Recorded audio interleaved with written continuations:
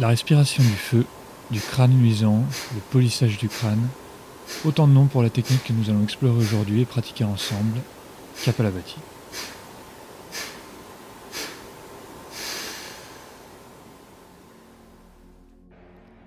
Kapalabhati est une technique très utilisée dans le pranayama et dans la Kundalini Yoga pour ses effets énergisants qui vivifient, génèrent de la chaleur, activent la Kundalini et de manière générale nous préparent à la pratique. Kapalabhati signifie littéralement crâne luisant ou qui nettoie le crâne. Cette métaphore reflète l'effet de purification et de régénération sur l'esprit, un mental éveillé, lucide et revitalisé par cette technique. Je tiens ici à souligner tout de même le fait que Kapalabhati est enseigné de différentes manières selon les écoles, mais que dans le cadre de cette vidéo, nous nous concentrerons sur la technique telle que décrite par des enseignants comme Swami Ramdev, André Van Liesebeth ou encore BKS Iyengar. Pour bien comprendre la technique, il convient dans un premier temps de parler un petit peu des différents volumes respiratoires. Lorsque l'on respire normalement, au repos, nous utilisons ce que l'on appelle le volume respiratoire tidal.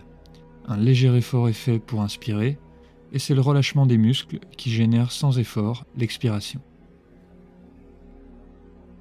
Lors d'une activité physique intense, ou lorsqu'on cherche à approfondir le souffle, l'effort inspiratoire peut augmenter en contractant des muscles qui viennent agrandir le volume de notre cage thoracique pour créer une dépression et aspirer un plus grand volume d'air dans nos poumons. J'inspire ici au maximum en faisant un effort et je mobilise ce que l'on appelle le volume de réserve respiratoire. Et à l'expiration, je relâche simplement ces muscles, ce qui ramène la cage thoracique à son volume normal, aussi appelé capacité résiduelle fonctionnelle. On appellera ça une expiration passive. Mais je peux aller plus loin dans l'expiration. Si j'active cette fois-ci mes muscles intercostaux internes et ma sangle abdominale, et que je mobilise ce que l'on appelle mon volume de réserve respiratoire. J'atteins alors le volume résiduel.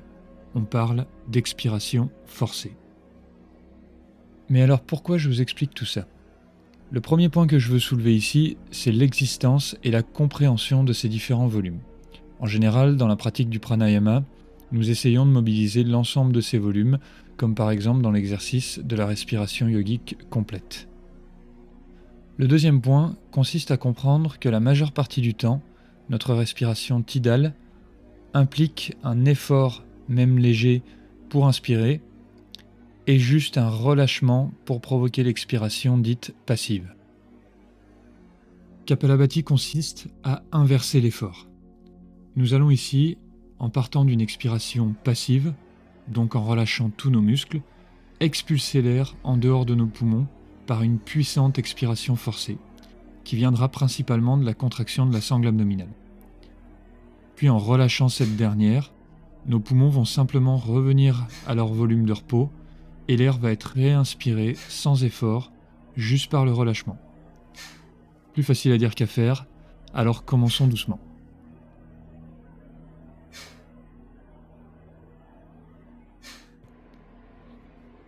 Installez-vous dans une posture confortable et commencez par simplement ramener l'attention sur le souffle.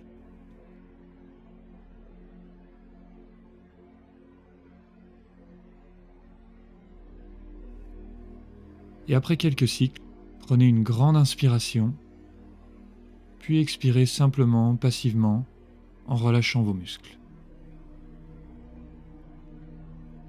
Continuez pour quelques cycles pour bien comprendre comment l'effort se manifeste dans l'inspiration et comment le relâchement génère l'expiration.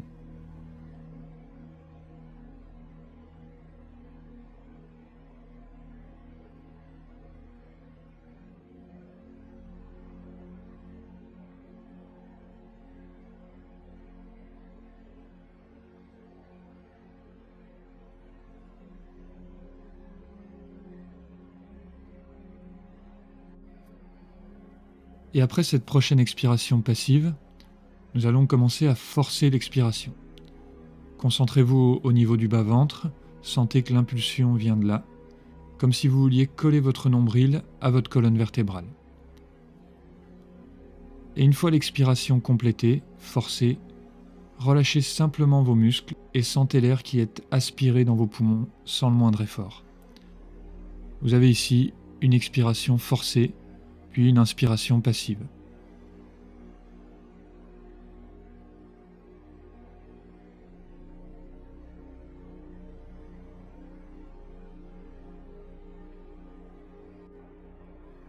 Kapalabhati est en quelque sorte une version dynamique de cet exercice. Plutôt que de forcer doucement l'expiration comme nous venons de le faire, nous allons littéralement expulser l'air d'un coup par une puissante contraction de la sangle abdominale.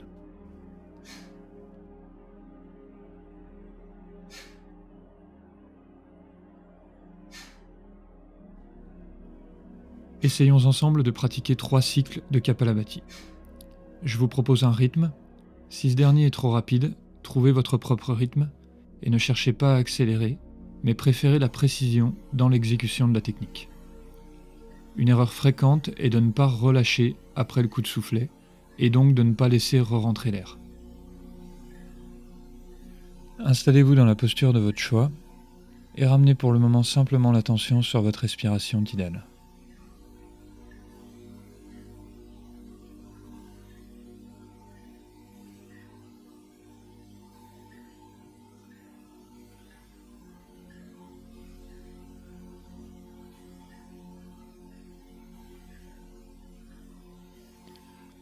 Prenez une longue inspiration, remplissez complètement vos poumons et expirez complètement jusqu'au bout. Respiration yogique complète.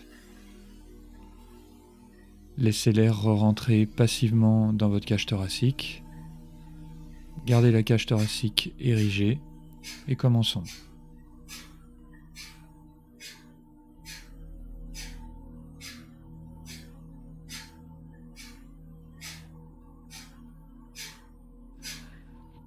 Expirez complètement. Puis laissez l'air revenir dans vos poumons.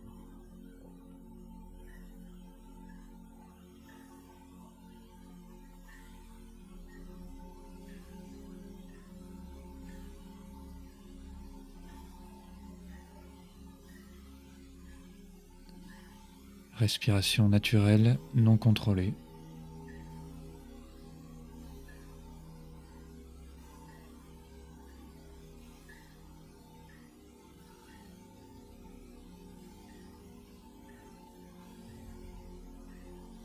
Et deuxième cycle. Longue inspire. Expire puissante, complète. Laissez re-rentrer l'air, gardez la cage thoracique érigée. Et commencez.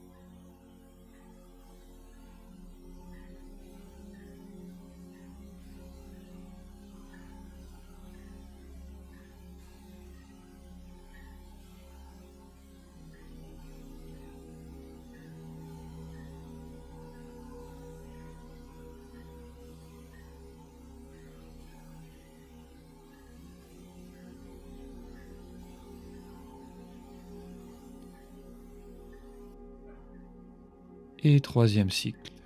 Pour la dernière fois, inspirez à plein poumon. Expirez puissamment, complètement. Laissez re-rentrer l'air. La cage thoracique est érigée.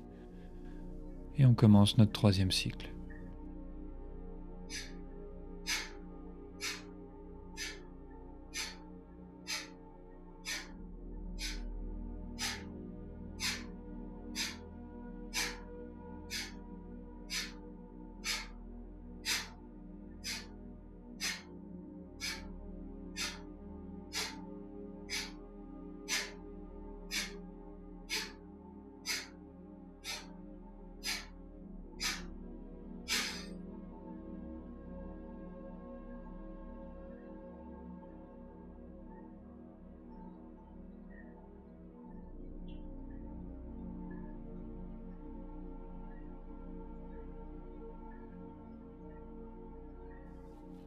Le rythme recommandé pour la pratique varie de 60 à 120 coups par minute, généralement 3 cycles de 120 coups. Prenez le temps de progresser à votre rythme et je le répète, préférez la précision dans l'exécution à la rapidité. Cette dernière viendra naturellement avec la pratique. Merci pour votre temps et on se retrouve pour la prochaine vidéo dans laquelle je vous guiderai dans une pratique qui combinera Kapalabhati, Ahujjayi et la respiration yogique complète.